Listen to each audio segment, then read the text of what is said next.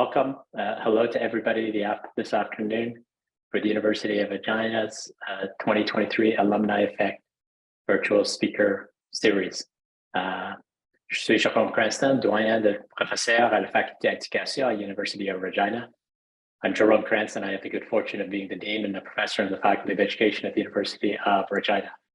I'm incredibly privileged and honored to host an incredible alum from le Baccalauréat en Education, University of Regina's Baccalaureate of Education program, Christian Mbanza, a lifelong educator, learner, absolutely someone who I admire and respect, although Christian might not know that as I do it from afar without it being creepy.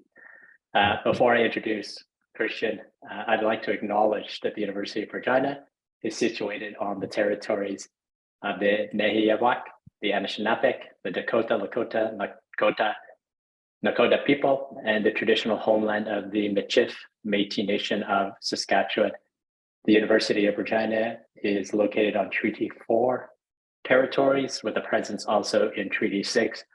And today I'm actually joining you from traditional homelands of the Okanagan, the Silix, as I've stopped off to visit one of my amazing kids. The University of Regina's Alumni Engagement Department is pleased to be able to offer the Alumni Effect Speaker Series virtually. This is my second time hosting this forum, and I want to thank Alexis McEwen and our colleagues for allowing me that opportunity. I hope that your time with us today inspires you to return for future sessions and also to reach out and connect with Christian. I'd like to point out that these sessions are being recorded and will be posted to the U of R alumni website so that you can watch the presentation again. You can share them with colleagues, your friends, your family, and for those of you who are educators, you can share them with your learners. You'll see the link to the alumni website in the chat if you'd like to access the video later. And now it is absolutely my pleasure, my honor, my privilege to introduce the February speaker in the Alumni Effect Virtual Speaker Series, Christian Mbanza. Christian, we're glad you're joining us. Before I turn the floor over to you, I'll provide a little bit of a bio. Christian's an educator working in the Regina Catholic School Division. He is the Community Outreach Director for Blackness, Saskatchewan, BIS, which contributes to the health and growth of the Black community by addressing issues of systemic racism, systemic inequity, educating the broader public on Black experience. He's dedicated his career, and I actually would suggest his life, to celebrating Blackness, addressing social issues, and making progress for the Afro-Canadian community, and is committed to cultivating relationships with staff, students, parents, and members of the public who come from diverse backgrounds. Christian is currently completing his master's degree in educational psychology at the University of Regina. Today, Christian will share with us his experience as a student and an alum of the University of Regina, and share with us the challenges and steps he took to achieve his goals. Following the discussion, which is really your opportunity to listen and learn from Christian, we'll leave about 15 minutes for question and answer at the end, and I am very fortunate to have Alexis McEwen, who's going to facilitate most of the Q&A so that I can actually listen also. As you listen to Christian's discussion, his conversation, his opportunity to share, please put your questions in the chat feature, which you'll find at the bottom of your screen. Alexis will share them with Christian after Christian stops talking for a little while, and we'll do our best to have as many questions as possible. And now I will mute myself, turn off my camera, and very happily cede the floor to Christian to introduce himself. Bienvenue, Christian. Thank you for the introduction, Dr. Cranston. I'm truly honored. It's always a cool opportunity for me when I get to connect with faculty and staff members from the university, because so much of my foundational knowledge when it comes to my career and life philosophy, which ultimately translates, comes from the University of Regina, where I've done most of my education. So it's always a cool opportunity when I get to connect and do anything with the University of Regina. But just for me, starting off, my parents are originally from DRC, Congo, and I was born in South Africa. And so I lived there for 10 years, and a lot of that background has also developed my life philosophy and who I am. And moving to Canada has also molded me into the person that I am, especially when it comes to my passions and the things that I enjoy. Um, like a classic, I do enjoy football. I love the Riders. I love the NFL as well. Um, I coach football. I'm big into giving back into the community because I understand that that's one way of, growing our community and making it better for the future. I coach for the O'Neill Titans. I've been coaching there for about 3 years. Um, and also I played football with the Regina Thunder alumni. So a lot of who I am is founded in Regina, especially growing up and in sports as well. One of my idols is Kobe Bryant, the Mamba mentality. It's something that I refer back to often because I believe it transcends basketball and transcends sports. And then also I love stories. I find that hearing and telling stories are how you're able to connect with people. And the different stories that I've heard have also motivated me to continue to, be passionate and do the things that I've done when it comes to the education field and giving back to the community.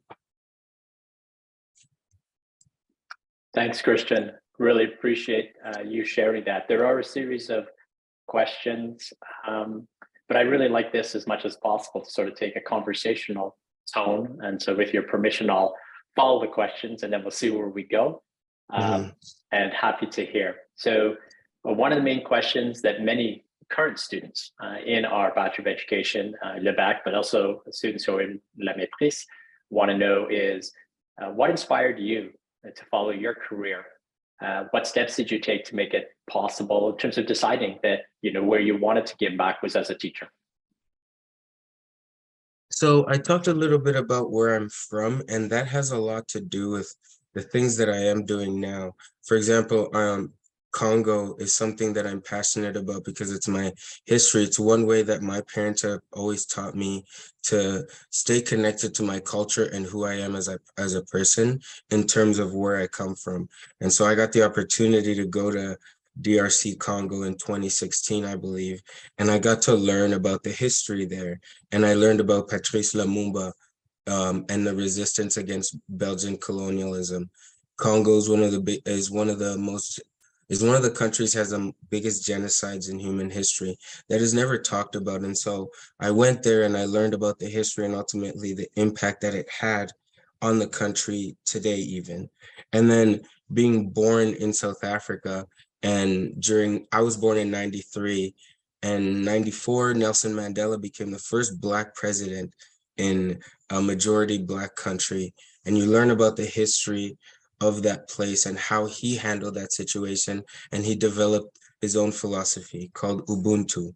And so regardless of how others treat you, it's all about how you treat others. And it was a philosophy that was adopted on the entire continent from north to south, east to west, in Africa. And so you go and you learn about Ubuntu and how it developed his life philosophy. He was able to sit in jail, in prison for a very long time without being bitter, without being angry, and being able to forgive the people who ultimately took his life away.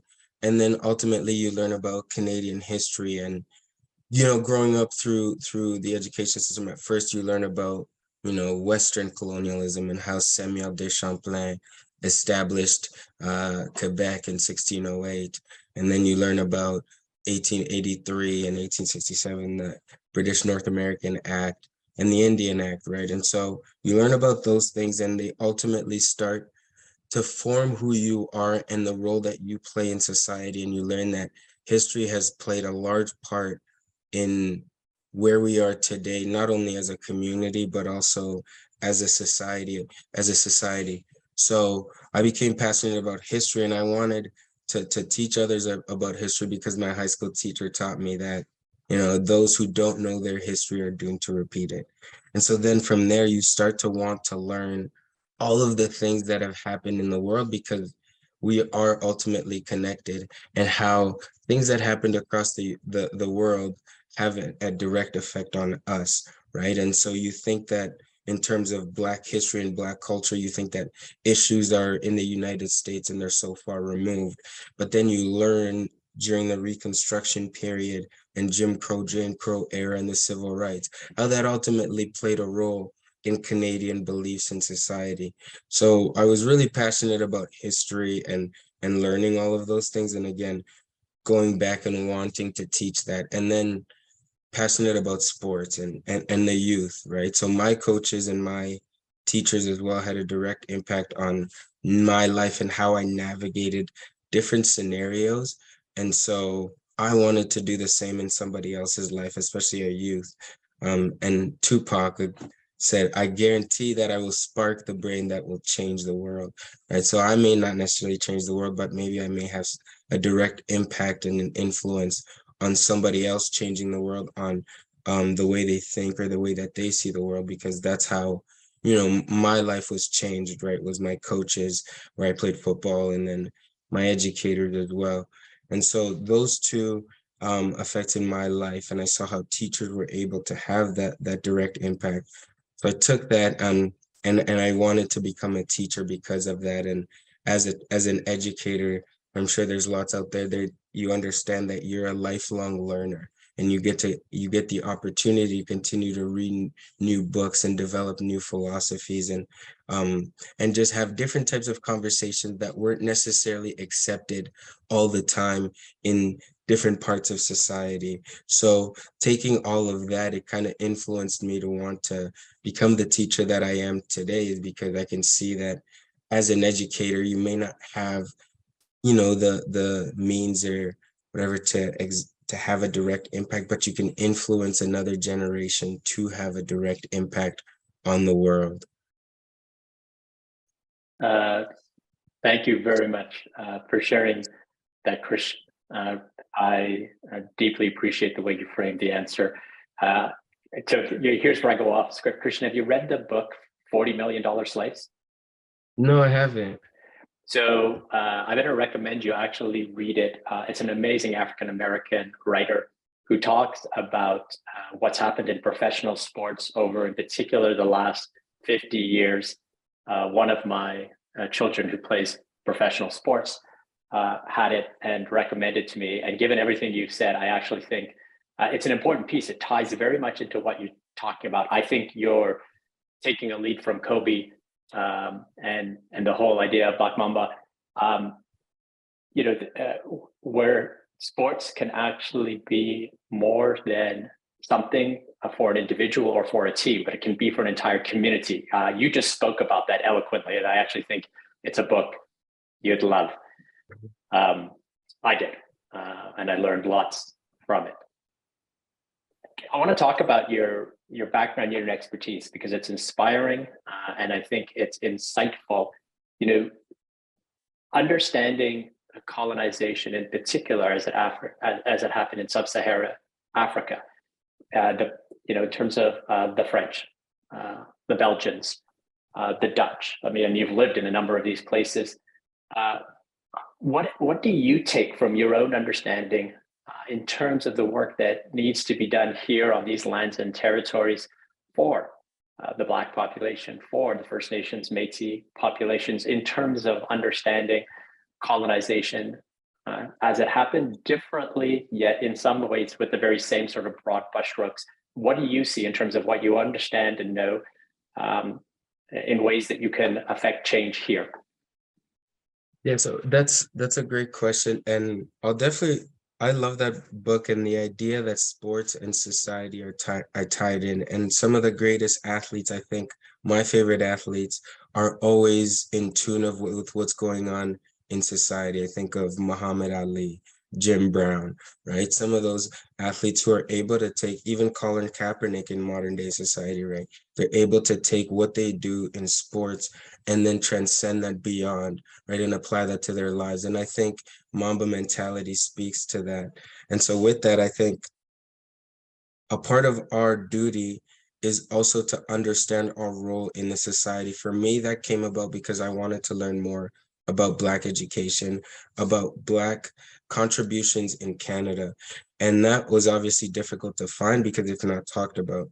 And beyond that, now you have like Google and all these things that you can research and read about, which is where I learned a lot of what I learned. But you start to understand why, right? Like the why behind we don't have that Black education, right? And so you go and you look through the United States during the Reconstruction period when all of a sudden slaves were free, right? But that had an impact in the United States because they were looking for free land. And initially they migrated to Oklahoma, but then they faced more oppression. And with the last best West, here we are in the prairies calling for more people to come.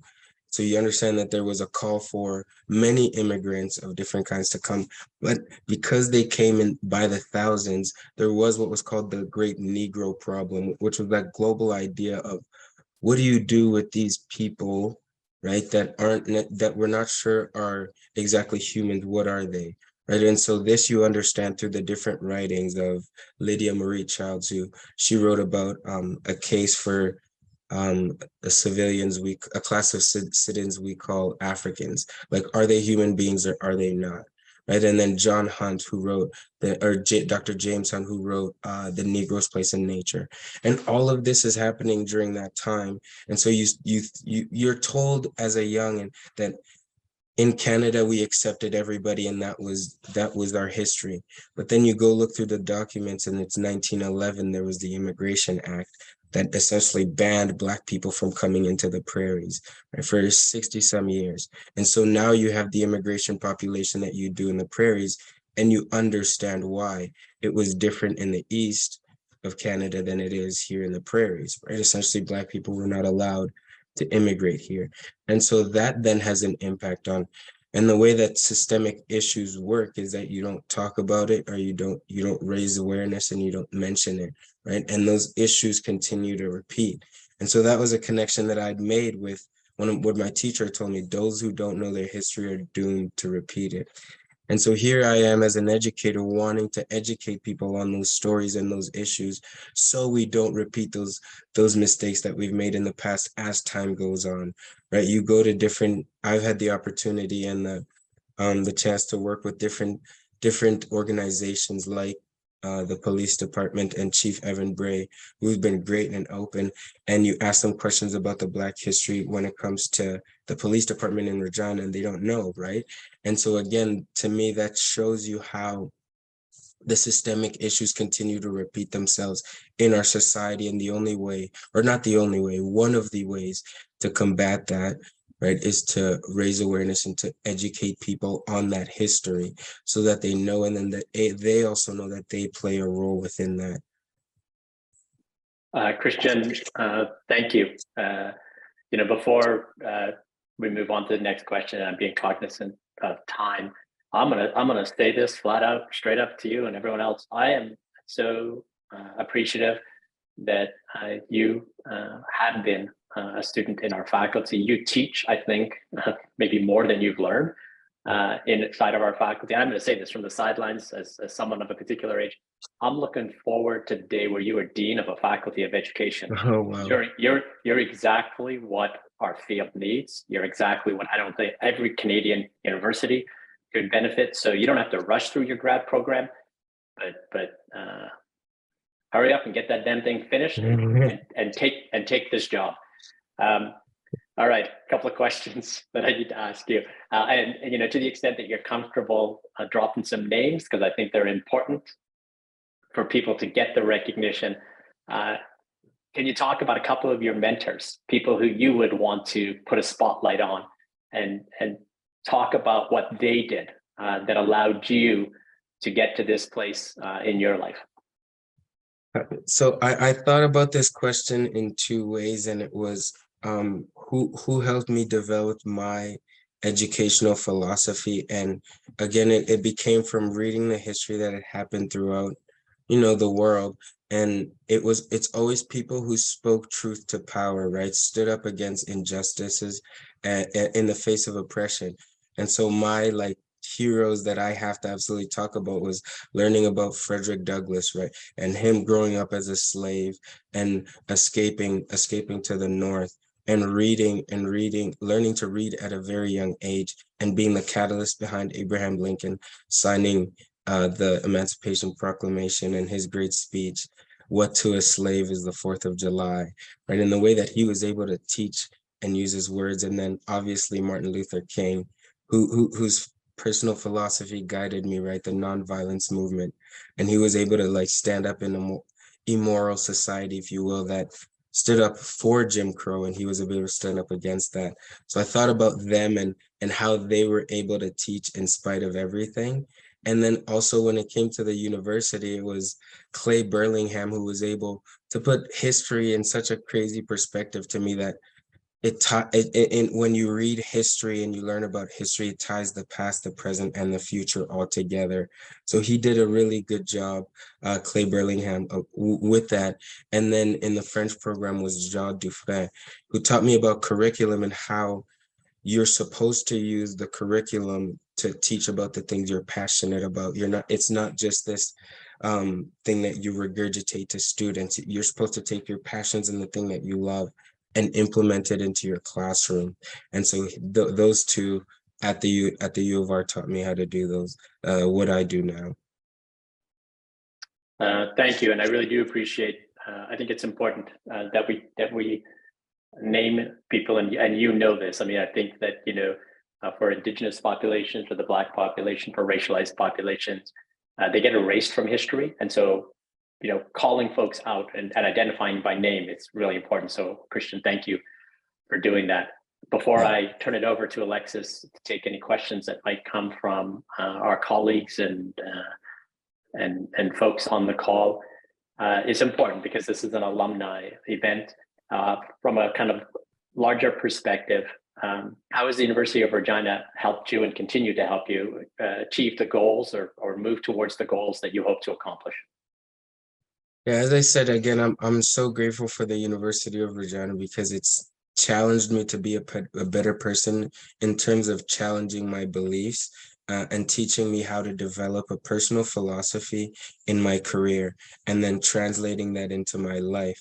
And so going back, I recently took a class from Dr. Shar McGowan, and she also was someone who it's a faculty members, being around faculty members like that and yourself today who are in those positions and have made it to that side, and then encourage you and give you different words of advice on how to continue to navigate your journey and motivate you. So it's like you're around faculty members who are in the system, who are part of the system, and then they give you encouraging words.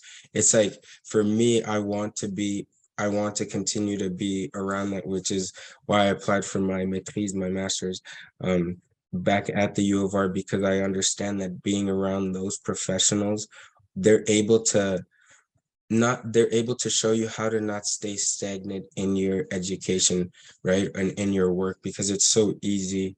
It would be so easy to do that as an educator, right? To just settle and just do the norm, right? And get into, again, that systemic issues where you don't challenge anything, you just go with what you're told, right? And so they teach you how to navigate that in a positive way, in a respectful way, and then where you're still able to incorporate your personal beliefs as well.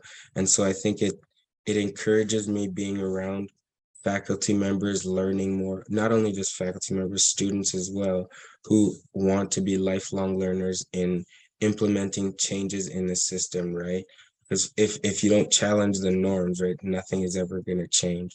So I truly take that to heart, and I apply that in my education, which is why I think it's important to continue, again, to give credit to the people who have given me the opportunity to get here by teaching me the things that they know and the way that they've gotten there. So again, thank you for the words of encouragement. I don't take those words lightly.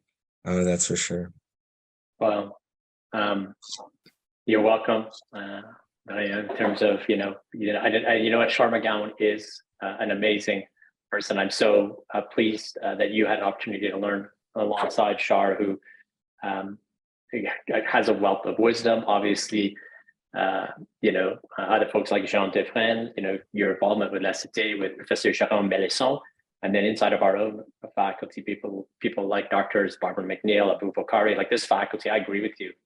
As someone who is the dean, it's an incredibly rich and wonderful group of human beings. All right, so this is where I clear some space, Christian, and Alexis is going to kind of take us for the last bit, but I want to be really clear. Christian, I am deeply appreciative of you, not just of your willingness to do this. I want you to know, as someone who has been in the education sector and has spent a career trying to push the boundaries and build bridges, I cannot tell you how content, just satisfied I feel knowing that you will lead us to the next step of where we need to go. And I'll keep doing my work, but man, I'm going to get out of the way because you are a force, and no one should underestimate that. So major thank yous. Alexis, you can take us to the end on this, and I will thank my colleagues for putting up with me. So merci beaucoup. Thank you so much, Jerome. So it looks like we have some comments in the chat. I think it's based off of what Dr. Cranston was saying about you being the next dean. We have I agree and 100% from Amanda and Katie. So I think that you're on track there. A lot of people are agreeing with that statement. I actually have a question. It doesn't look like there's any questions in the chat yet, but how do you integrate your teachings about Black history all while staying within the curriculum that you have to follow? I know that's probably a challenge, so I'm just wondering how you manage that.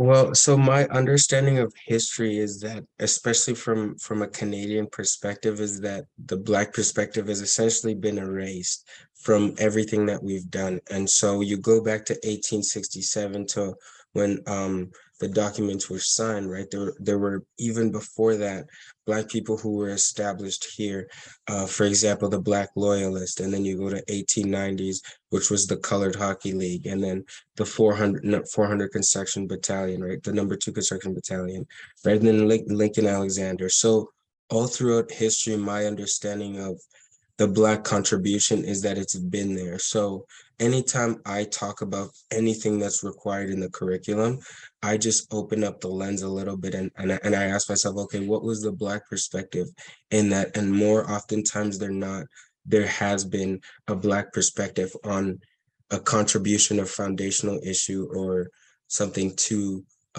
Canadian history. So even just like thinking of British Columbia, how that was established in the Confederation. And there's a guy named Mifflin Webster Gibbs who was right there, talked about Frederick Douglass a little bit, and he was with Frederick Douglass, moved to BC and helped us confederate, right? Samuel de Champlain settling in Quebec, and I remember that's a big story. There's Matthew da Costa, who was right there with them. So when you open up the lens a little bit, like you understand that Black people have been here from the beginning and have contributed just as much as everybody else to Canadian society. So just my answer to that is I just open up the lens a little bit and I look at it from a Black perspective. That's very interesting because I feel like in school, we talk a lot about Indigenous people and their history in Canada, and no one really opens the lens to further that. So thank you for your answer. That's very interesting. We have another question from Sarah Federico. Thank you, Christian. For those of us who really want to learn but are in early days of learning on this topic, what book would you suggest or where would you recommend starting? Well, now there's a lot of work being done, especially when it comes to Black on the prairies, right? That would be a good starting point because it talks about all the way back from 1905, the establishment, right? Black on the Prairies was a series that was done that talks about exactly that. What was the contribution to the prairies in Canada? And then it brings up John Ware, who was a rancher and contributed to agriculture in Alberta. Or there's currently an exhibit right now being done at the Dunlap Gallery on William Sylvester Beale, who took pictures on prairie life and what was going on. And because he was behind the lens, no one ever took pictures of him. And so now the Dunlap Gallery went back and uncovering a lot of his history and how he got here and how that ended up happening.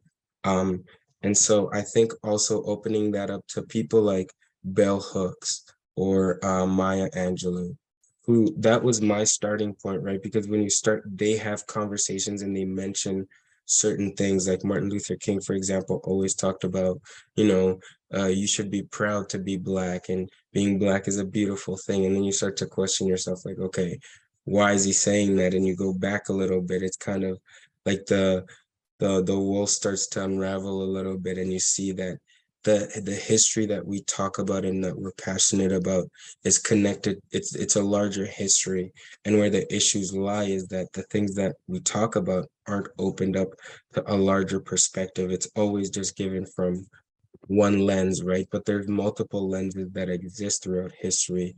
And I think it's just going back and looking at it from different perspectives and different narratives and different point of views that will connect us to larger perspectives. Thank you. I think I speak for all of us when I say that your students are lucky to be able to learn from you and you having them open that lens for them. So the next question is, what would you say are the differences between your students now and the students you went to high school with when it comes to learning / understanding Black history? Do you find the newer generations are more ready to tackle systemic issues than the older ones? I'd say that that's for sure. And for what, I'm not sure the reason why, but I think it goes even as far as issues like mental health or LGBTQ issues, or even just Indigenous treaty rights or Black education. Students now are much more willing to have that conversation because I think it goes back to what we're taught and how we were taught, right? Just even going back to curriculum renewal, and a lot of the high school curriculum when it comes to social is still based from like 1960s. And then when you go back to the 1960s education perspective, right, it was anti-Indigenous, right, and anti a lot of things. And so I think the education, having teachers who teach you how to teach, having professors who encourage you to teach these things, who push you to have these conversations and don't just encourage you to have one single lens, and having a holistic lens. I think of even just Margot Campbell, the way that she taught and having people sit beside her, and the way that she was, right, as a teacher, is encouraging to me, because it encourages me to be me as an educator, not put on this image or have to just regurgitate information that was given to me, right? It's now about challenging the norms of society, of education, even the way that we teach. Like, I took a PD day with RCSD, and it was like, why are we still sitting in desks in rows and teaching kids that way? Because that was how education was done way back when it had initially started, right? So going back and questioning the things you do as an educator has now been okay because you have other educators encouraging you to do those things. You have professors telling you to keep going, right? And then being bold in the classroom, and then seeing that students and 12, 13-year-olds are ready to have these conversations and are open to these conversations. So yeah, I think times have changed in terms of society being able to have these conversations. And I would say even that was recently, right? Like with the whole George Floyd incident, now people's perspective has also then changed, right? So I think now with national crisis and different things that happen in society, people are now able and willing to have these conversations.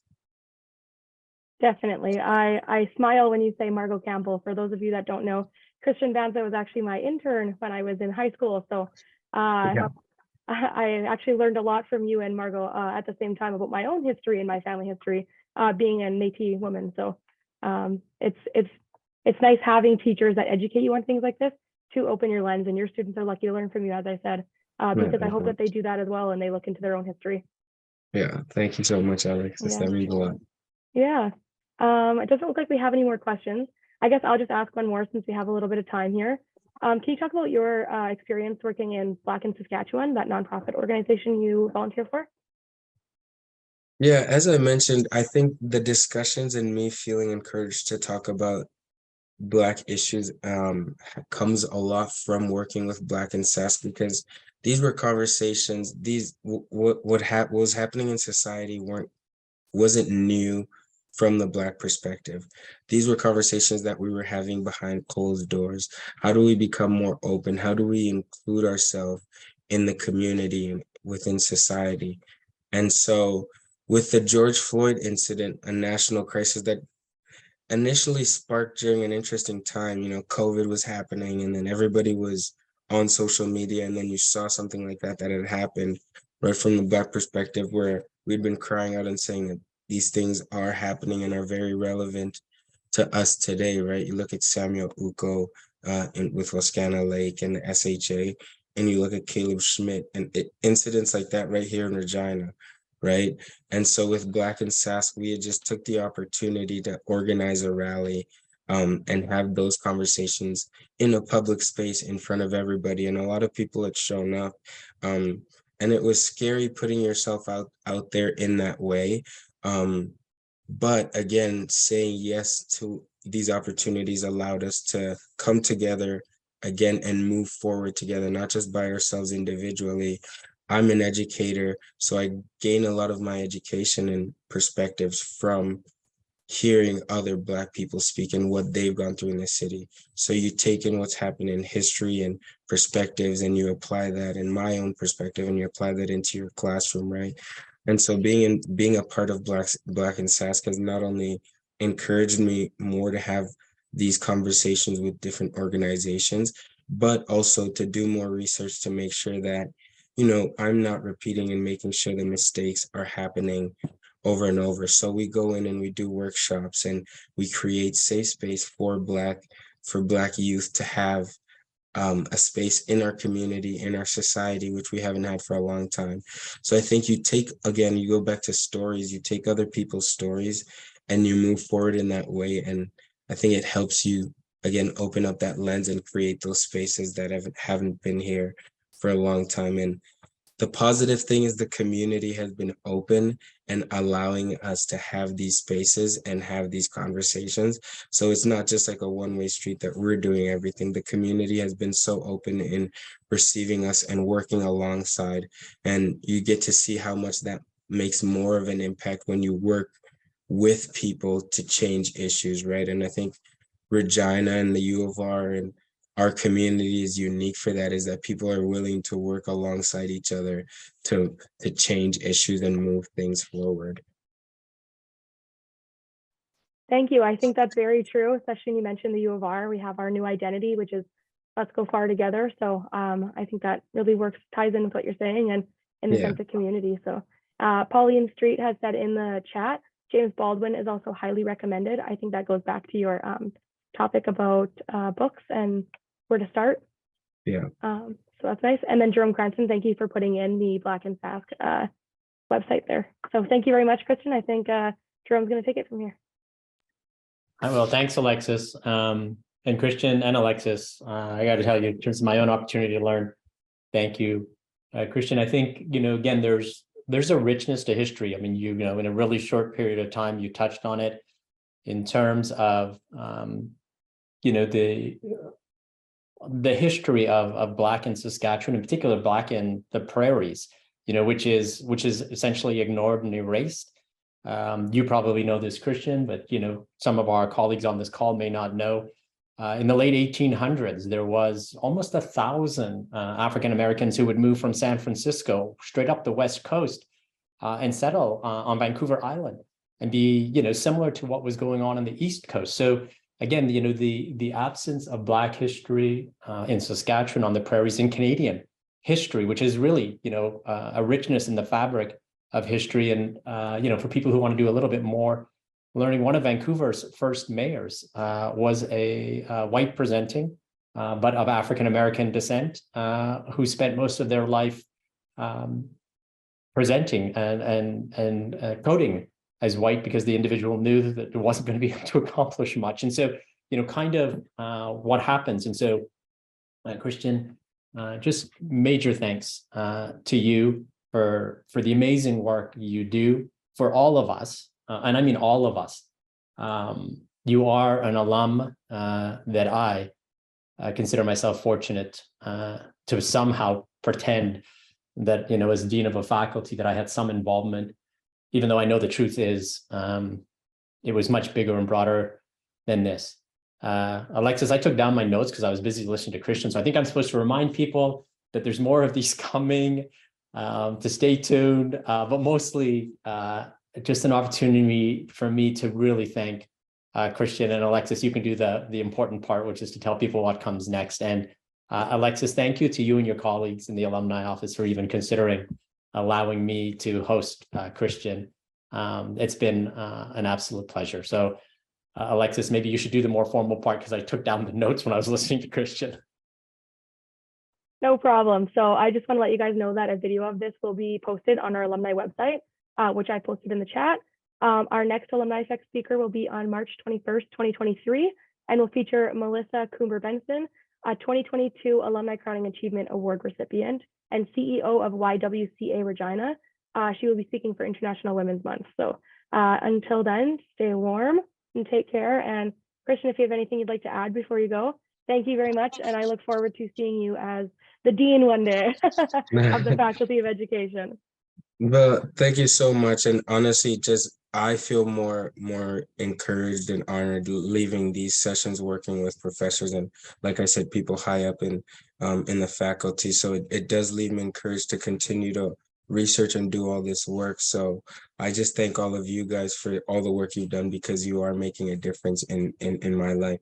And yeah, so I really just, if anybody is looking for more work, I think I forgot to mention that the Harlem Renaissance Writers were a major part in contributing to a lot of Black art and Black work and Black different sectors. So yeah, that's and continue to support our Black and Sask organization within the community. So yeah, again, thank you for this series. I'm leaving here with a huge smile and more encouraged than ever for the rest of the week.